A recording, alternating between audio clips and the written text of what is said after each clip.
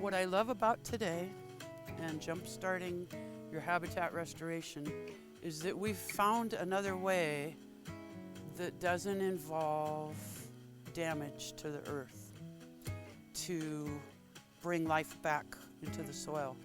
And so today is very much about the ground. I'm not really going to talk much about plants at all. It's about what's going on here.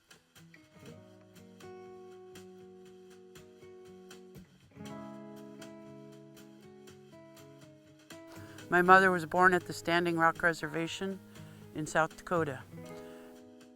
And growing up, I think I had some internal values that helped me see the world in a little bit of a different way.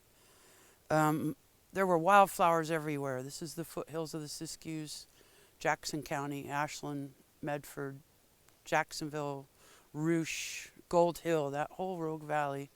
There were wildflowers everywhere. And one of my earlier memories is that I could pick a fistful of flowers, which I would never do now, and give them to my mother, and she would know the name of every one. And she'd be really happy to see them, and I could make my mom happy that way.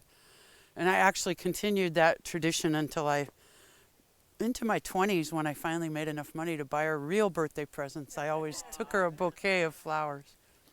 So my understanding of the plants, and she knew the names of all of them, so that instills a great respect in a person to know that those are important. In fact, in the Lakota culture, which I continued to absorb even though I was so far away, maybe I tried even harder, that those are people, that those flowers, that each species is like a person. The tree species is like a culture. Maybe if you had to meet people from France, you would learn their ways. If you have to meet the willow tree, you will learn its ways. It will make sure that you understand if you're going to live side by side with it. This is Tatiana Haville. She's my co-teacher today. She's been using this method for a while, not many years, but what, five, 6 years. So she's practicing what I preach. So those who can no longer do, teach, right? I'm lucky if I can get my own work done. So before I go any further, I want to acknowledge that we're on the unceded land of the Nosoma people. So they are people that no longer exists, but their ancestors are part of the Coquille tribe. And I just want to acknowledge that those first people were on this land and lived in good stewardship with the land. And so we can always learn something from that.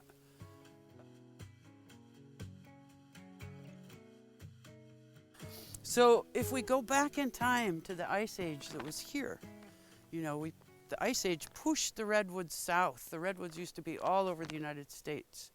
There's fossils records. But the redwoods pushed forests back, and they changed the landscape a lot. And the people that lived here would have been like ice and snow people, very much removed from the land. And the coastline is the more moderate temperatures all along the coast. So this would have been the first place that they came and practiced stewardship of the land. There's a nice dig up at Takanich that is 11,000 years old, so we know that the first humans have been here a long time, and they're still here, and stewardship is still happening. So those people, managed the land. When the explorers came and found things, and it looked like a garden here, and there was paradise and meadows and berries and timber, that had been managed for a long time by the people. Because if you have a meadow on your property, and you've had it for a while, you've noticed that the forest will come in. There'll be baby pine trees, baby willow trees, baby all kinds of trees. Their job is to make a forest, and they take that very seriously. And there's no reason not to dig them up and use them and transplant them. If you do it in the winter. If you have meadows, the red alder, the shore pine, and the dune willow. Those are the three that really are pioneer species and will show up. So fire created a resiliency in this landscape over a million years. The fire made the plants a certain way. It made them really tough and really able to, with native plants, a lot of times you can level them off and they'll come back stronger. Or with fire, there's certain, like manzanita berries, really need fire to germinate.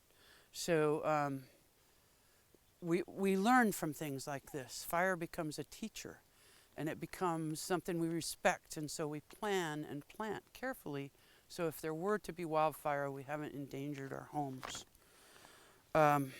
There's so many useful things that come from the forest. As a people, a current people, we in Oregon were raised with a timber mentality primarily. As a kid growing up, we knew the names of all the trees that were timber. Everything else was called brush. Nothing had a name. It was very different than my mother and the wildflowers. You don't give much respect to something without a name or to brush. And so to this day, sometimes we do an installation of natives, like at the library. And sadly, the maintenance man will come along and mow and weed eat all of that down because his mentality says that's garbage. And to this day, I have to defend the pine trees from all the developers, particularly on Beach Loop. This is a trash tree, they call it. It's a trash tree because you can't burn it. It's too oily. You can't use it for timber. It's not good firewood. So what good is it? Well, I'll tell you, the butterflies love this tree. They love to perch on it. I think they get some resin out of it in the tips. So the squirrels, the Douglas squirrels, oh my God. So this tree is habitat. This tree has outriggers. Its roots probably go halfway across that meadow. So the wind comes, it's going to hold its ground, and it's going to allow, it's a first succession forest, it's going to allow for the dominant spruce forest to come up behind it. So I guess what I'm saying is the trees, all of them are important, and certain mycorrhizae identify with certain trees. We'll talk more about that later. So water and floods. Water moves nutrients. Sometimes that's a good thing, sometimes that's not a good thing. If you had applied a bunch of something and fertilizer, and then a deluge, atmospheric river came, and all that fertilizer is going to end up where? Somewhere else, maybe downstream, maybe near fish habitat, So moving away from that is safer for the ground, for the land, which is what we're here to talk about. Unchimaka is grandmother in Lakota. So this, as if they care for her as if she were our grandmother. That just changes our whole feeling toward the earth, I think. So when this dries up, I know you've probably all mostly heard me say, don't water them. Yeah, okay, you planted in April. Water them through the summer. But if you plant with the season, and we've worked hard for, I would say, 10 years to get people to quit planting in the spring if you're planting native plants, except for maybe some perennials or annuals. Quit planting at a time of year when these people, all different kinds of people, have learned the drought is when we hunker down, we hold all our resources close, and we wait for the rains to come again. This is the way they have evolved. And so if we respect that, then we plant in the fall. And that is when the water comes, and that is when they will probably build enough root mass and make enough relationships in the soil to survive that winter. We are in the land of bogs. So if you are on flat ground and you're anywhere close to the ocean, you may have perched water not very far under your ground. Particularly if you've tried to set a post, and you hit water, you got perched water, most likely, unless it's the middle of winter. And so that perched water means, so there's these geological formations. Because we're close to the ocean, there was uplifts and sinks. And when that sandstone was uplifted, it had pockets, little aquifers in it. And so that whole strata was lifted, and the water can collect in there. And then it has an outflow. I mean, everything's moving that way. Everything's moving downhill. If you're on a slope, it's different. You're not going to have perched water. If you are on a slope, you have drought conditions. That is just the way it is. You can change that. You can use logs and timbers and terrace things. That would change it. You won't have perched water, but you will have a place where water can collect better into the groundwater. So groundwater, when it rains, the groundwater is where it all collects. It's not what's standing on the surface. It's called recharge, and it's where all the water collects underneath. And the plants know where that is. So if you're planting, you want to know what they know. You want to know where does that plant, what is it like, what is its habitat, where does it grow? Way more important than sand, clay, any kind of soil is what is going on with the life in the soil. And that's kind of why this is exactly why we're doing this class. So beavers, oh, my favorite subject. The first native people, they learned from the beavers because of the beaver people, right? We give them respect. They know something. What do they know? They know how to cut trees down. They know where to put them. They know how to slow the water down. They know where to make pools. They know a lot. And they know what season to work. And they make these wonderful, if you've ever been to Alaska where the beavers are still a healthy population, you see these big meadows that they created, and they're very rich. And down here in the lower 48, the minute we get an open meadow, man, there's cows going in there, there's sheep going in there, we're going to plant an orchard. We go immediately to agricultural, and we fill that meadow up. If we don't use it for that value, it's not important to us. Guess what it fills up with? Blackberries, gorse. 65,000 acres of gorse filled up the meadows on the south coast. They're working to change that now, but it took 150 years and it hit 65,000 acres. Well, when a seed has an 85-year dormancy period. Right, and that's the invasive thing. It outruns everything we have. Yeah. It outruns all our people. So those beavers set the stage for carbon capture, and that's what we're going to talk about, is how are we going to capture carbon in our yard? Why do we want to do that? And things of that nature. So the native people called them the beaver people, and you might hear me call the bacteria colonies, but the other little critters, I'm going to call them people. The nematode people, I'm going to give them the respect that I believe they deserve as part of the soil food web. So the edge of the forest and open areas, that's the two areas I'm going to talk about that will apply to your yard. You either got the edge of the forest or you have an open area. I guess you could have a wetland, but we're not going to talk about that very much. It would be an open area. It would just be a wet open area.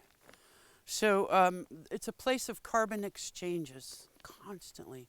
Trees are taking carbon from the air and making it into wood or a nutrient they can exchange with the life in the soil.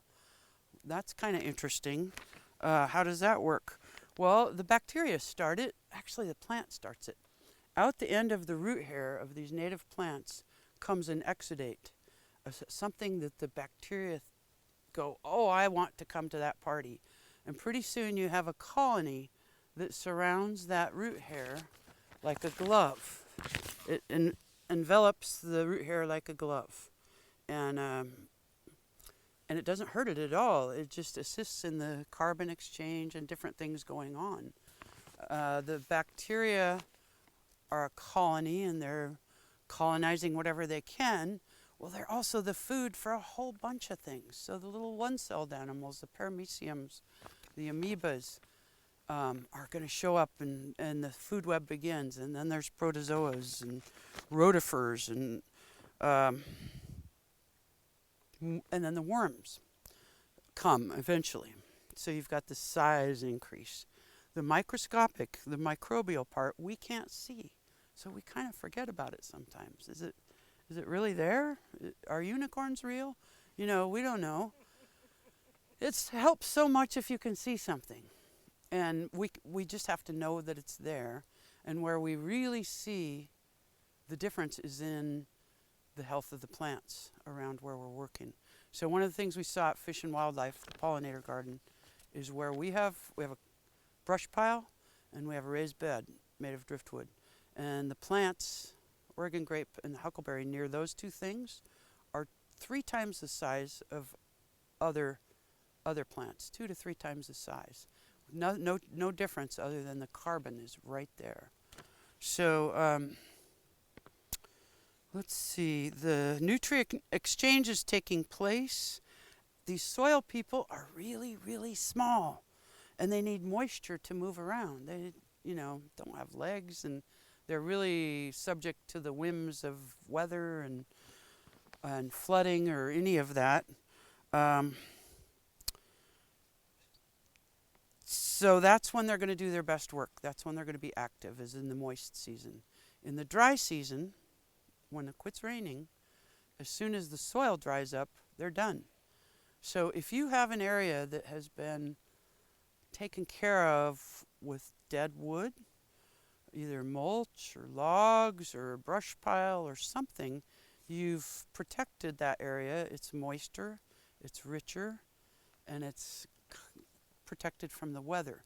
So warm soil is not good. They need a temperate, unchanging temperature that's very stable. They need that kind of stability to really do their work. So when we create these areas that we're going to talk about, we're protecting the life in the soil. We're knowing that that's the foundation of what we're going to do from here on.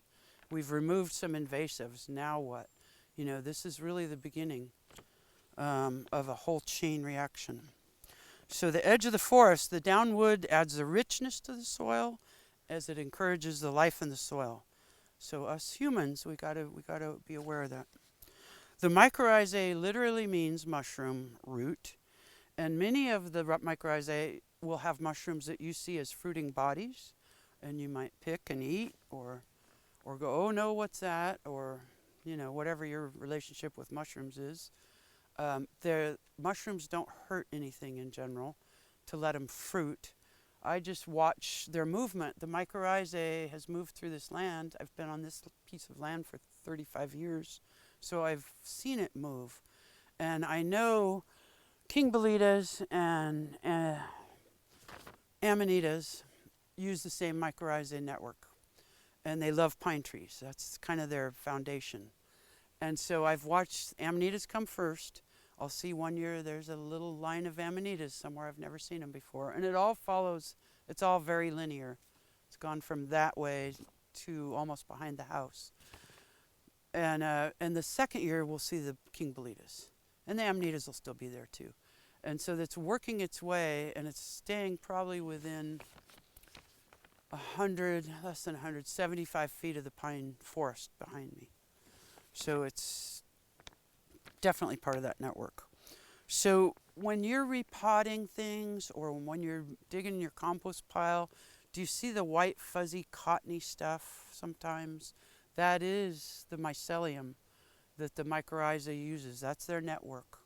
And it is fungus. It is like mold. It won't hurt us. Well, we don't eat it. I guess if we ate it, it might hurt us, but that's not what this class is about. So we just acknowledge that it's there. The mycelium is all those fine white filaments and the hyphae. They can get into places a plant root is too big for. If you can imagine a tiny little root hair, they're smaller than that. They can get into the cracks and get down to where that perched water is, and also the nutrients. And they also can, depending on which one it is, they can create enzymes that break down mineral soil and unlock things that plants need. So they're pretty powerful. They're able to go further in search of water and nutrients than the root hairs. Well, sourcing carbon is a big part of what they do. It's really hard for plants to get enough carbon. It doesn't stay in your soil very well. It's always moving, or it's part of another compound. So the fungi store and transfer polyphosphate granules to the plant. That is a really powerful thing. When you think about NPK, that fertilizer thing, line up nitrogen, phosphorus, potassium. Phosphorus is often really hard to get. So they can also get the minerals, zinc, iron, calcium, magnesium, the little micronutrients can be accessed by the fungi. And they're feeding this to the plants in exchange for something that they can't make, carbon.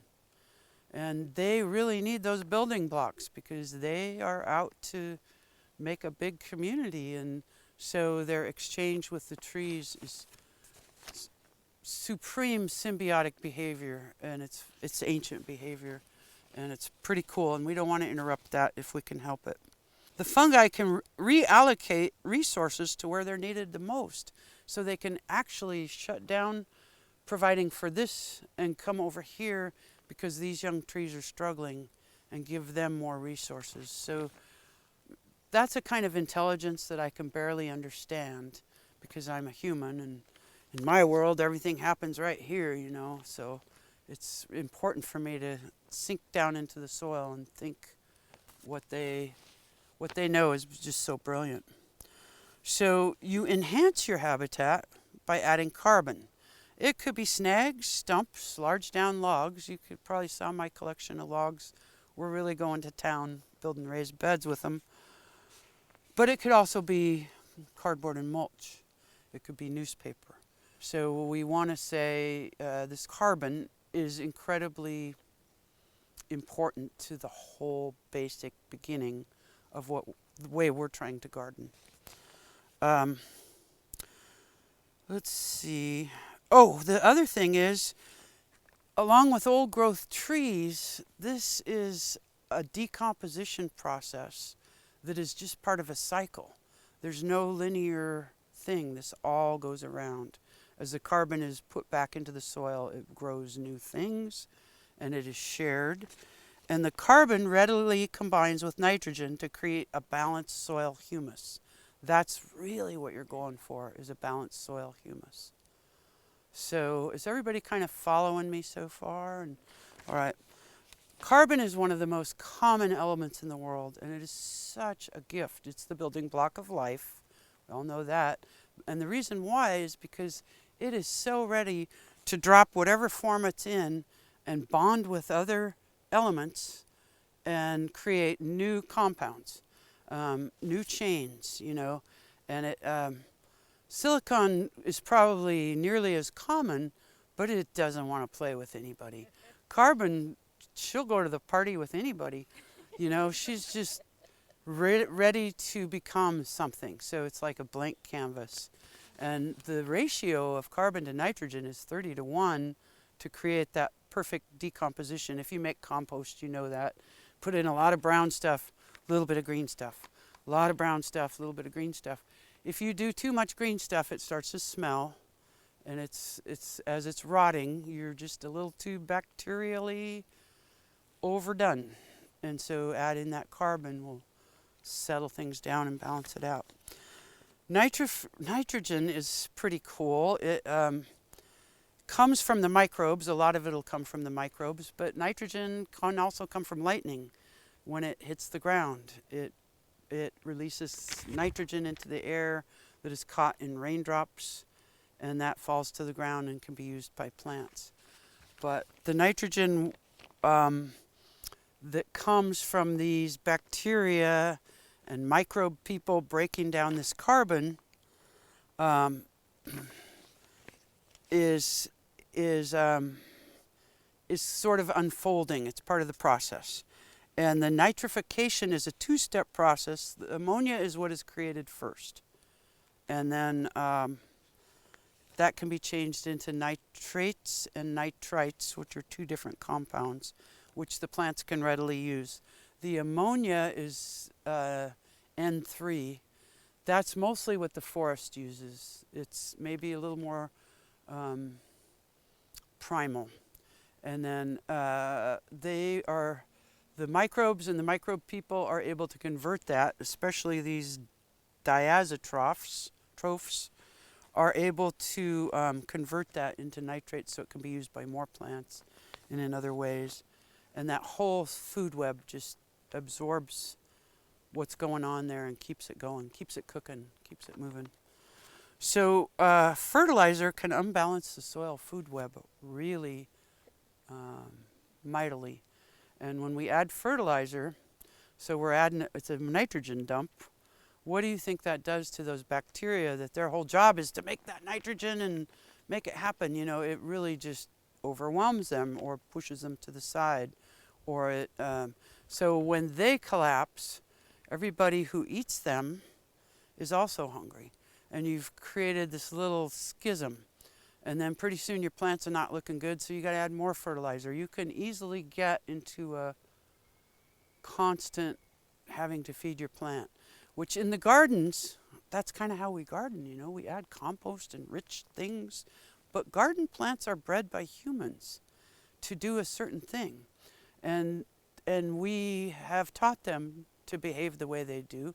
There's mycorrhizae in the garden too. It's an arbuscular mycorrhizae, which is just one specific kind. We have refined and really made that work. We still don't have to use synthetic fertilizers. We can make compost. We can make it rich, like, you know, beans and peppers really like a lot of nitrogen, so that better be kind of rich for them. And then we can make it kind of less rich. If you were going to make compost for native plants, you wouldn't want a lot of manure or anything with higher nitrogen. You would want kind of a more mellow humus for them. So the fertilizer can unbalance that food web. If you have to use it sparingly and not repeatedly. Sometimes, I had a lady here yesterday, her wax myrtle were 7 feet tall, and she was happy that they had grown as fast as she had been told, but they grew 7 feet tall in 3 years.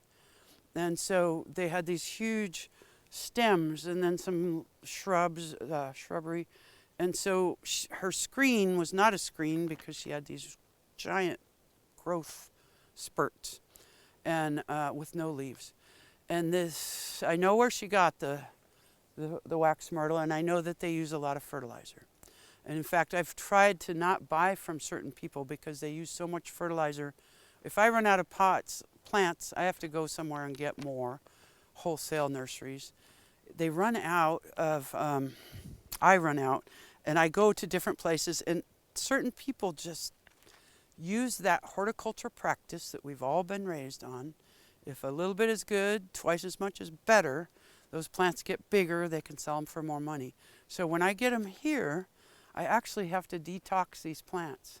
So if one of my interns is helping me, we try to dump the little balls out, all those little blue balls, and get them out of there, and just take it back to, we use a little bit of manure, organic manure, slow release, and kelp meal. And that's all we use. And our plants do not look like they're on steroids. They don't look buff and like, wow, that's the strongest looking plant I've ever seen. We don't want them to look like that. We want them to look like we're hungry and we need the life in the soil. Because if they look like that, when you plant them, they'll go to work. And you're not going to dig a hole twice as wide and twice as deep and fill it with compost like we've been taught, or backfill it with rich soil and then plant your plant. We've all been taught that. I don't know. Maybe it works really well with some plants, but the native plants, all they want is to connect with the soil. So what you've created is a moat of potting soil around them, and they have to get through that before they can get to work. So you really want to connect them with the soil as quickly as possible in the season, in the appropriate season, the rain's coming. So timing is just, it's so helpful.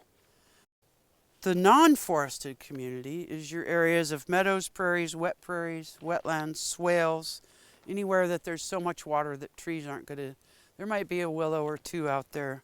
There's a few trees, spruce will tolerate some water. But these are mostly open areas that you have, maybe your lawn was there and you want to get rid of your lawn. There's a dominant bacterial colony with carbon-fixing genes that is invited by the plants to work together in these areas. So this is not our mycorrhizal community that we were working on the edge of the forest. It could be present, but it's dominated by bacterial. So this is a different application where all this carbon we want to add could improve the soil, but we also know that there's these bacterial colonies. It's a bacterially driven community. So we want to respect that. It's the beginning of an extensive food web that is evolved here. So it's going to work if we get out of its way, kind of. The plants provide the bacteria. They're going to offer the bacteria that same exudate, like a pasture for hungry cows, right? They're going to come, they're going to eat it, and they're going to feed that next level. So you're building these levels that become the food web. The rotifers, the protozoas, it's a feast for them. The beneficial nematodes are going to have a place, and then a variety of worms and mollusks. The worms, there's different kinds of worms. The top worm, the red wigglers that you maybe have worm bed or you have compost with worms. Little red wigglers, they're kind of doing this all on the top, mixing that top layer, maybe top 6 inches. That's their job, mixing it up, mixing it up. Then there's a worm under that that goes this way. Goes back and forth this way. So nutrients are moving. The other thing worms provide is they have this kind of sticky, what do you call it? Slimy. That sliminess is really good for the soil. It rubs off in the soil and actually becomes part of your good soil tilth. You're like worm goo. I don't know what it must have a name, but I don't know what the name is. And then the earthworms are the ones that'll go up and down. So when it rains really hard and do you ever see the little holes, little piles of dirt and holes, and it's been pouring? You know, they had to get some oxygen, so they were opening up some holes. But what I really love about earthworms, and I've never seen, but I know it's true, they come up and they'll get a little piece of leaf and take it down into the soil. So now we have some of that good material, leaves, down in the soil. So this creation of stuff happening without us even being aware of it is going on all the time. So many human activities can disrupt this balance of life. You guys know that. Spraying pesticides, driving heavy equipment on the land, pasturing livestock. So the heavy equipment and the livestock are compaction. They're squeezing the oxygen out of the land. So that bacteria, they need that. They need that exchange of oxygen for all these things to take place. Or using inorganic fertilizers. Those can all hinder micro and macro organisms. The damaged soil can be restored, and adding organic matter such as leaves, aged compost, or cover crops can improve the habitat. Presence or absence of water, even seasonally, has a huge impact on the microbial activity. So during the dry season, they have diverse adaptations. Some just go into dormancy and seal up into like a little spore. Some create a biofilm, just stay in this biofilm bubble till the rainy season comes again. Some just lay eggs that'll, spores that will be, when wetted, will be restored to the life in the soil. So repeated wetting and drying of the soil can be disruptive. I show up every 2 weeks and water my wax myrtle. My wax myrtle has this whole thing going on with the bacteria, and I'm showing up and I'm putting water on it, or I'm putting it on a drip. Oh, don't worry, it's just on a drip, people will say. That moist soil in the middle of summer is not what we want. We want that natural cycle to be happening. I'm not sure what exactly happens to the bacteria, but you can see certain nitrogen-fixing plants. We know they're working with bacteria. Ceanothus, wax myrtle. We can see them suffer if water is brought to the summer care. They just don't want it. They don't need it. So water native plants only as necessary to preserve ideal conditions for the life in the soil. So if you can plant them in the fall, get them established, great. And they're probably going to be fine through the summer. If you plant them in spring, you're on your own. You're going to have to figure out how to water that.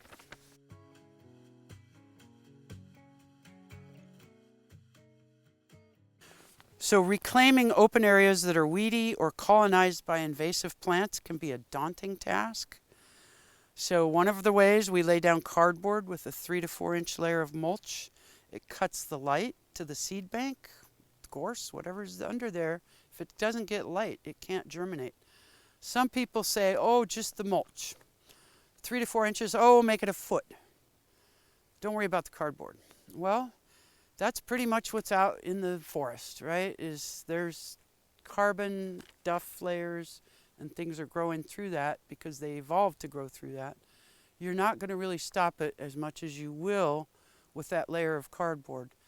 It gives time for the life in the soil to wake up.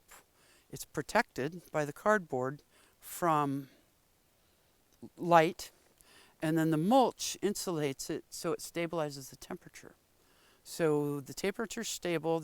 Once it starts raining, if you have to do it in the summer, you've got to wait for the rainy season. Once it starts raining and that moisture is there and the life in the soil wakes up, they go to work. They eat the seeds, they eat the roots. They'll consume almost everything. I wish it worked on blackberries, ivy, and bindweed, but they will send runners out. And then so you are stuck controlling the perimeter of this island or whatever you've created of cardboard and mulch, if that's your method. You're using the wood mulch, you're providing a lot of carbon, you're providing a safe place. We're assuming the life in the soil is okay. If it's not, then there's some remedial things that we'll talk about in the next part. Constant pruning of those invasives is one way to drain their resources, but mulched pathways, especially as a perimeter, softens the soil up, and over time you can pull weeds and things out of it. If you surround the invasives, the removal becomes easier.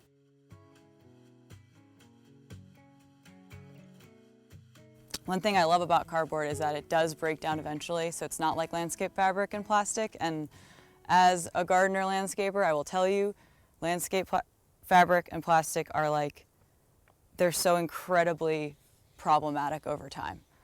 You know, maybe for the first 6 months or something they work, but then the weeds just grow on top of them and it just becomes this torn up mess. So that's why we want to use cardboard, because then it breaks down and you're not running into it 10 years later and pulling out giant strips of plastic, and I'm sure some of you have experienced this. So cardboard is also a recycled material, obviously. We get boxes shipped all the time. There's tons of businesses in town that have dumpsters full of cardboard. I think it's good practice to ask people before raiding the dumpsters. I followed that sometimes. But I would go to, if you're trying to cover a large area, I would go to like appliance stores or bike stores or anywhere that you can imagine something would come in a large box. But sometimes it's actually helpful to have smaller boxes as well, so that you can kind of mulch the cardboard around a plant in like a circle, which you wouldn't be able to do with like a big square piece. So just depending on your area, what you're covering and what shape it is, it's good to have a variety of different sizes. But then, you know, if you are covering a big area, having a huge sheet is much less labor intensive than doing like 10 small boxes. So that's just my tip. So one thing to remember is that if it's a really wet area, cardboard is probably going to dissolve pretty quickly. So if it's an area that gets seasonally flooded, the cardboard's just going to like float, and it's going to be not as effective of a suppressant. So that area might need to be addressed a different way. But you're just going to have to observe. And, you know, if something's pooling, that's probably an area that you wouldn't be able to use the cardboard mulch method as effectively. You could still try, but... So I did make a note also about the wood chips, about using them for like paths and places where it's less important for them to break down and quickly, but, you know, more important to maintain like a clear area. That's a place where I like to use wood chips, like for pathways.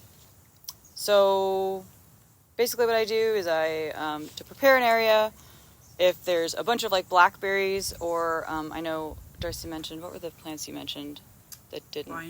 Bindweed, blackberries, ivy, and in my experience, crocosmia. And if there's any other people who know that plants that cardboard doesn't work on, there's a few. The ones that poke through really easily, that are strong, have strong shoots, those you're going to want to manually dig out as much as possible before you put the cardboard down, unfortunately. But everything else it works great on. So, so that's the first step, manually digging them out. I like to use a digging fork rather than a shovel often with crocosmia and bulbs, because it chops up the bulbs less.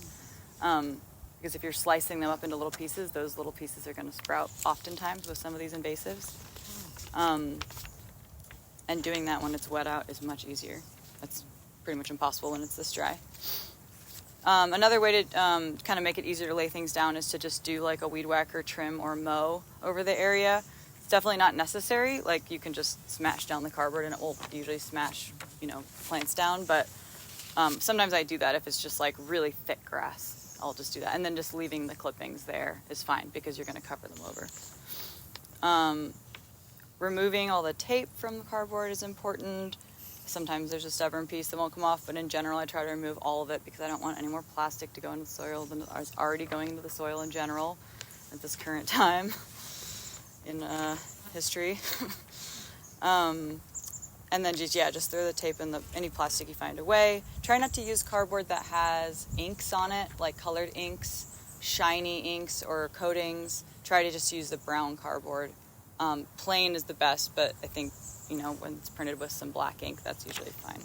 Well, I wouldn't call anything 100% perfectly, there's no chemicals whatsoever solution, but I think we're trying to work with like a better than landscape fabric, better than spraying pesticides, that's how I feel about cardboard.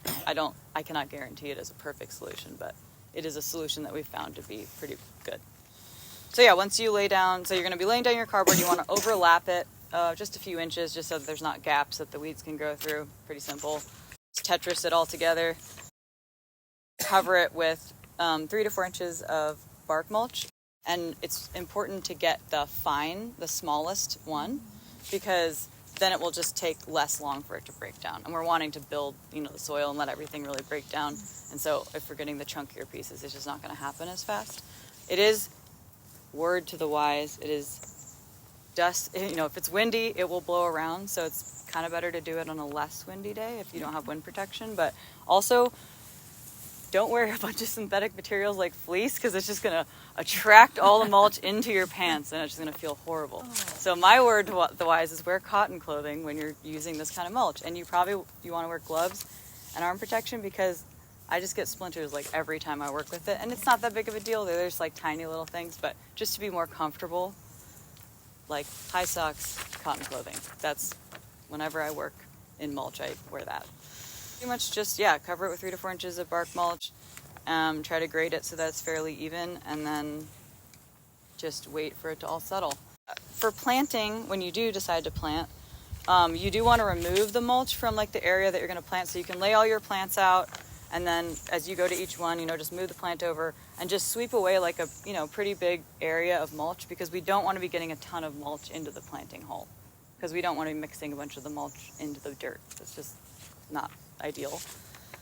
So sweep it away, then you're going to use an X-Acto knife if you need to cut the cardboard. Sometimes it's soft enough that you can kind of just like rip it, rip a little spot open, and then dig the planting hole as big as you need it.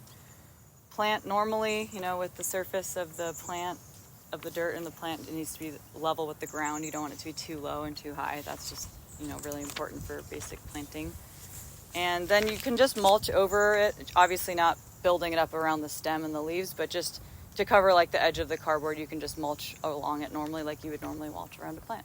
So seeds, you'll want to check underneath the cardboard to make sure that the grass or whatever's under there is dead. And you can tell because there'll be like some green left, or you'll see some roots that look like they're still alive or fresh.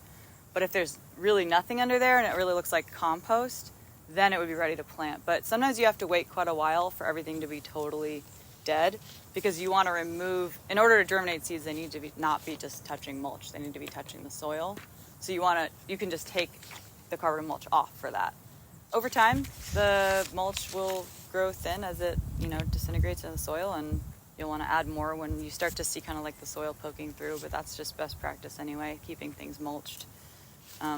Also, with a lot of the natives that we're planting, I think the goal is for them to cover areas, so they'll be able to, because the cardboard is dissolving, they'll be able to actually spread, unlike landscape fabric where they're kind of kept contained in an area. So hopefully, over time, you actually need to use less and less mulch, because the actual plants will be covering the area, and then we're seeing a beautiful actual ground cover instead of just mulch. This is just a means to an end. These are some notes on sourcing mulch and how much it costs in my experience. I put a measurement here for how much 1 cubic yard of mulch will cover, and 1 cubic yard of mulch is about what fits in a small pickup truck in the bed. It's Sometimes you can fit 2 cubic yards of mulch in a pickup truck if you have a tarp over it and if it's not wet. And you can also order a dump truck load, and they, at Oregon Overseas, they have like a list of people, and they'll just give you like who's available, and you can just contact them. You'd need a space for a dump truck to actually back in if you are going to go that route. I'm sure many of you have experience with this. You can collect driftwood from the beach. It is legal to collect it for personal use. I looked up the actual rule, and it said 1 cubic yard per day per person, which is about a truckload. They did ask on the rules not to use mechanical means, so that just means you have to carry it. Recommend bringing a buddy for that if you want big pieces, or 4 buddies. Yeah, and the beach that I found the most success with is South Jetty, because you can park right there and then just go there. If anyone else knows of good driftwood beaches, let me know, because I've pretty much just gone to that one. But they always have so much wood there. I mean, it's this place where a lot of stuff washes up. I just try to pick pieces, size, and shape of what I need. If you're making a border, it's nice to have stuff with a slight curve, unless you really want like a straight border that you can mow along. But I like to do kind of more of like a curve with driftwood pieces. One aesthetic tip is to, if you can and have the patience for this, like dig a little bit, or at least mulch around the wood so that it's kind of like set in a little bit instead of just floating on the surface. Like, so instead of having a hard surface and the log just sitting there kind of balancing, it's nice to kind of dig it in a little bit so it just looks like it was meant to be there rather than kind of having been thrown there. I certainly haven't done that every single time, but I've noticed when I do have time to do that, it looks a little bit more design-wise, it looks better, I think. And then you can also just use pieces as like getting a big piece of driftwood and then piling some soil kind of up against it. You can create like a slope and create levels. And so I've done that a few places where maybe I was planting plants that didn't want to have their feet wet and it was kind of a wetter spot. I could kind of use driftwood as like a berm and make a bit of a slope and then plant them on the slope, because some plants really like to be planted on slopes or like kind of up higher. So we've done that a few times in yards that were just kind of too wet for some species, and it's worked really well. And like Darcy said, over time, that driftwood is going to, be breaking down very slowly and, creating that carbon activity. So that's really great. Just a couple of design notes about why we love using driftwood in the garden, but I think we all kind of know. I mean, it does look really beautiful, and it's great that it's a local material. I think it like fits really well into garden designs in the coast.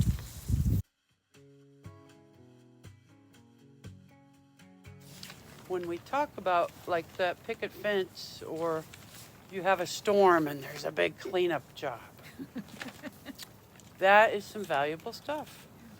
So habitat piles are something we make. Well, habitat for what? What is going to live in that pile? So probably all kinds of critters. There could be shrews or voles, so you probably don't want it right next to your back door, too close to your garage. Edge of the woods is a good place. The habitat pile is for the life in the soil to come up, and other beetles and larger decomposers. The crustaceans, people call them roly-polies or sow bugs or whatever. All those decomposers, they need somewhere to be safe and not be eaten by the snakes and the slugs and all that. So the habitat piles could incorporate some of that wood that you're talking about. And there's different ways to do it. I'm sure you could lay down some larger pieces and then build the middle. The middle could be high and it's going to sink over time. So just plan on adding to it. Like, it's pruning season, I'm going to throw all these trimmings on that pile. Or there's another storm, let's clean up and throw those trimmings on that pile.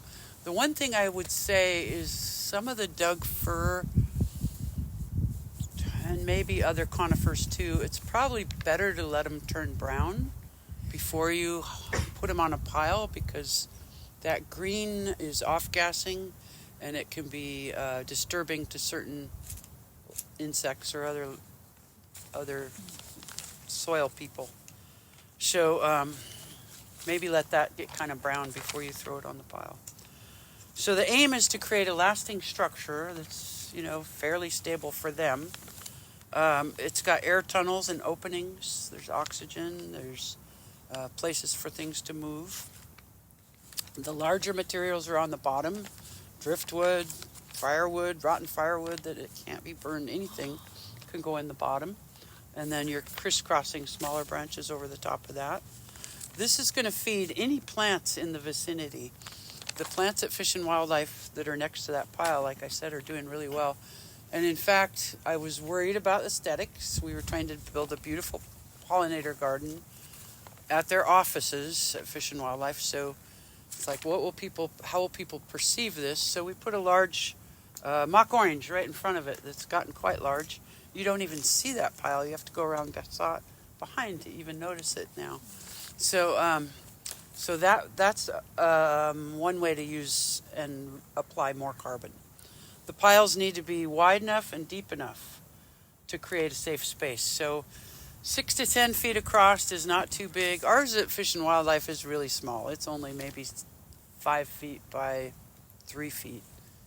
We try to keep it about this tall. We are continually adding to it.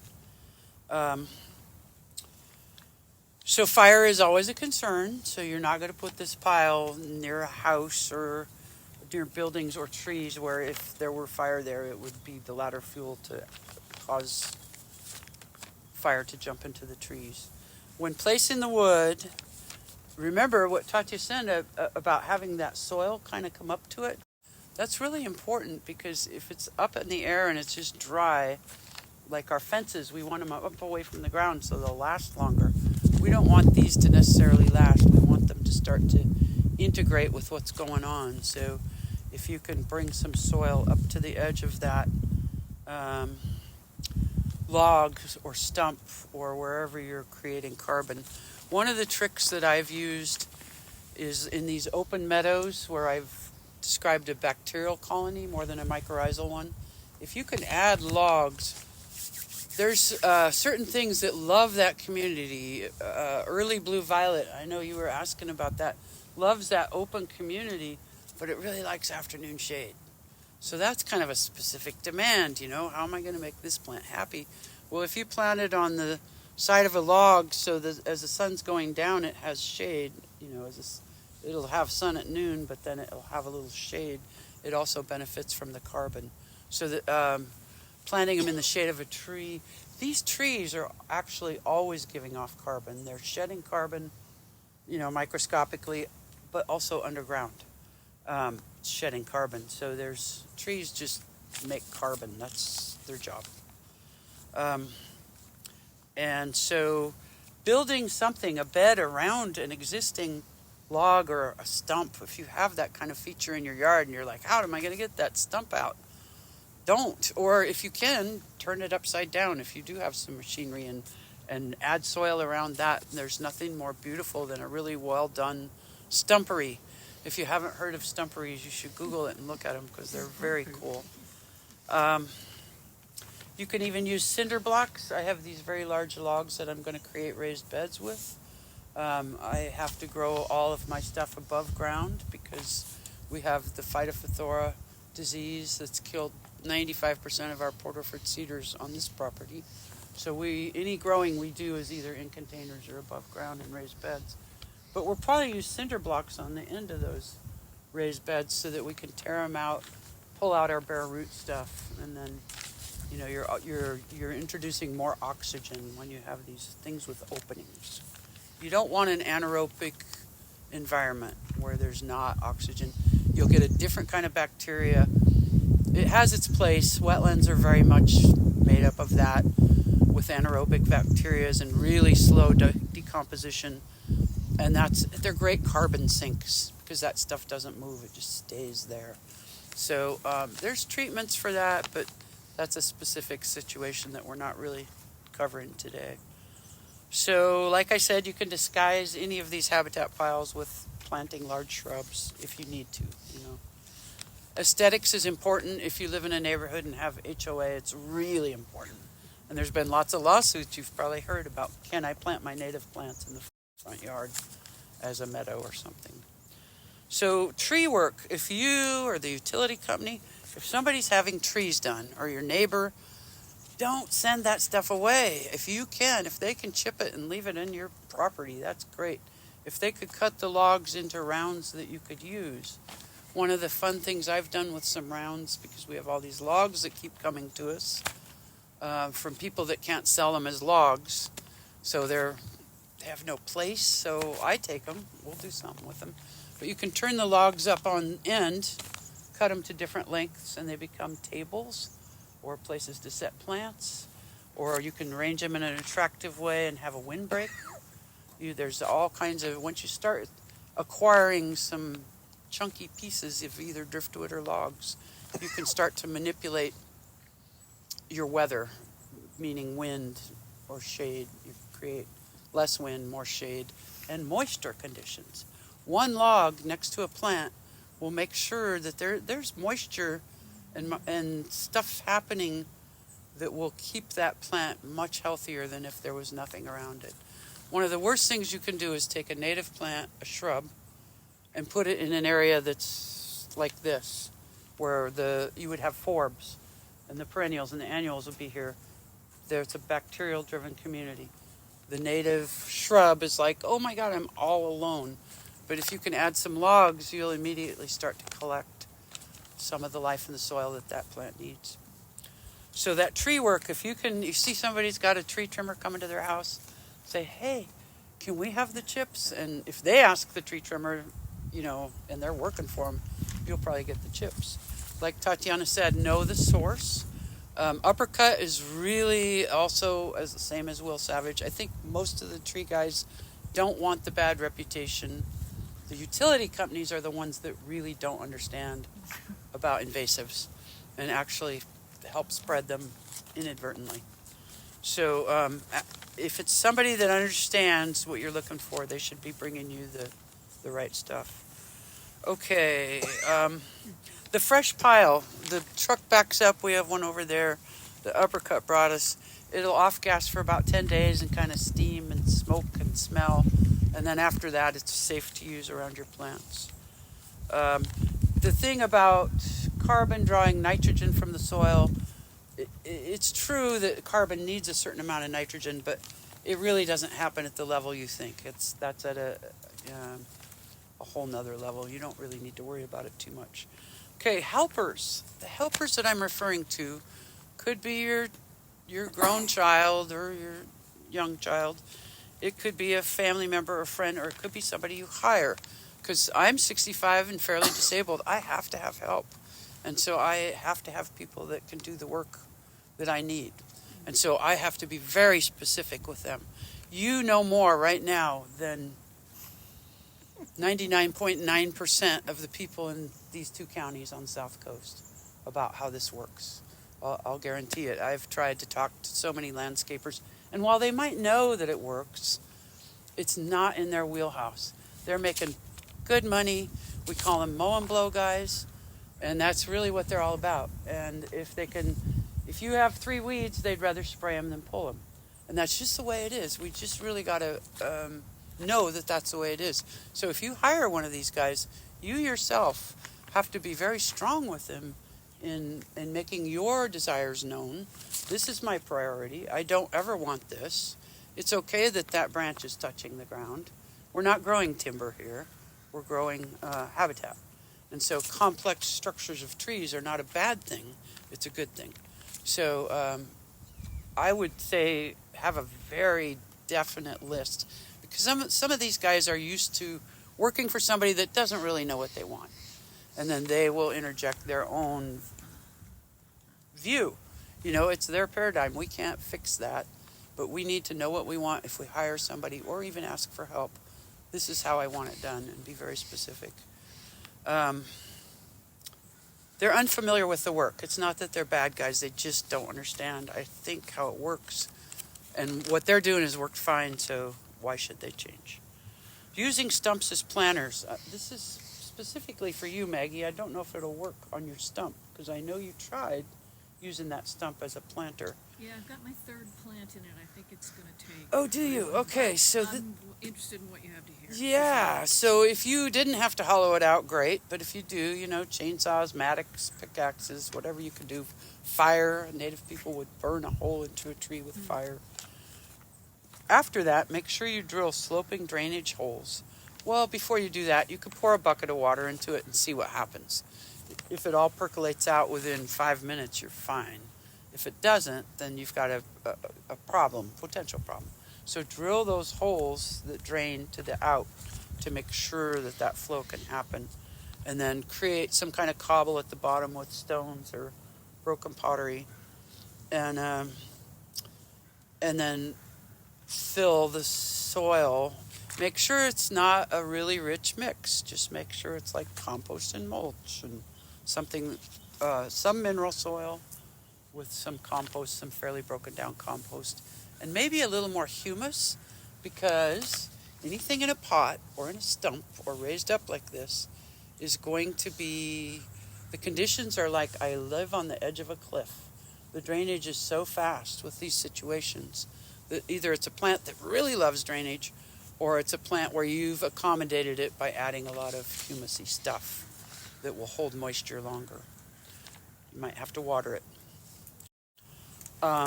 So nitrogen fixing plants like peas, beans, and other legumes, and some native plants have the ability to fix nitrogen. Have you all seen it on the roots, the little yellowish balls? They're just this little collection of nitrogen balls. And it's the plant is working in hand in hand with a bacteria, and they're creating this nitrogen. So the ceanothus, the wax myrtle, the red alder, those are all plants that mother other plants. They share that nitrogen. So again, less need for fertilizer, less need for you to intervene. These guys are babysitting themselves, which frees us up to do our more important work, whatever that is. The lupins and the clovers. So if your soil is really diminished, if you've had a problem with it, the clovers and the lupins, the other thing that lupin does is breaks up the soil. It creates this long taproot that when it decays later, it will leave that opening down into the soil. So lupin is a really great thing. If you have to do bioremediation because the whole place was sprayed and now you're going to try to fix it, or we had, like at Kathy's house, the dump trucks and the stump grinders and all these things were in there for her whole forest, basically, or most of it, fell because of high winds. And so there was just all this extra work that happened. But this is one of the things we use when we're trying to jumpstart some life back into the soil. We use a very small amount. It doesn't take very much, because if you've got the conditions right, we know there's going to be a population explosion. So this isn't something you're going to find at Bi-Mart or anything, but that bottle will do like, I don't know how many acres. So it's a really tiny, like a half a teaspoon that I would add to a watering can and inoculate an area with some good microbes. There's also some powdered mycorrhizae that I use. It's about 8 different kinds. It's arbuscular and endo. So it's a couple of different kinds that we find here. It doesn't include the ericoid mycorrhizae. So if you know huckleberries, rhododendrons, manzanita, kinnick, these ericaceae type plants need a specific, they're from the Klamath-Siskiyou ecoregion, basically, which we have pockets of that just pop up because earthquakes and the uplifts and the sinks. These areas pop up of really nutrient deficient soil, and they thrive in it. Like, what is going on there? Well, it's their mycorrhizae is actually a specific kind that burrows into their root systems. If you've ever tried to transplant a wild rhodie, you pull it out of the woods and it's got this one long root with a few hairs, and you're like, dear God, what am I going to do with that? Because it's got that ericoid mycorrhizae, it's thriving, it's doing great. If you do have to transplant something, do it in the dead of winter solstice winter solstice for about the next month, especially with those ericaceae. They don't like to be bothered. Western azalea, all of those. Sometimes you can transfer soil and inoculate if you know of an old Western azalea. There's going to be mycorrhizae. Overfeeding them is really like the RKCAs just can't handle it. So maintenance, so covering the ground with cardboard and mulch is a soil conditioner. It'll function as a weed deterrent for about 3 years. Then you'll have to either redo it or maybe you'll move on and do something different with that area. It greatly reduces weeding chores. We use it a lot in the nursery, and it can be reapplied as needed. It's really good to have a big store somewhere on your property or share it with somebody else. So small logs, I wanted to add this. If you have a bed or an island that you're creating, and because we're talking about carbon, if you can create a border and use these small logs, maybe you have a place where some things need to be taken down, or you come across this, or however you come by them, these maybe this size, 6 inches, maybe even 8 inches, and you bury half of that log around that area. 6 inches is good, 4 inches would probably help. This grass, and almost all the grass in Coos County, is invasive grass from the settlers' days. And we planted this grass, my husband and I, we didn't know what else to do 35 years ago. I had horses, we planted grass.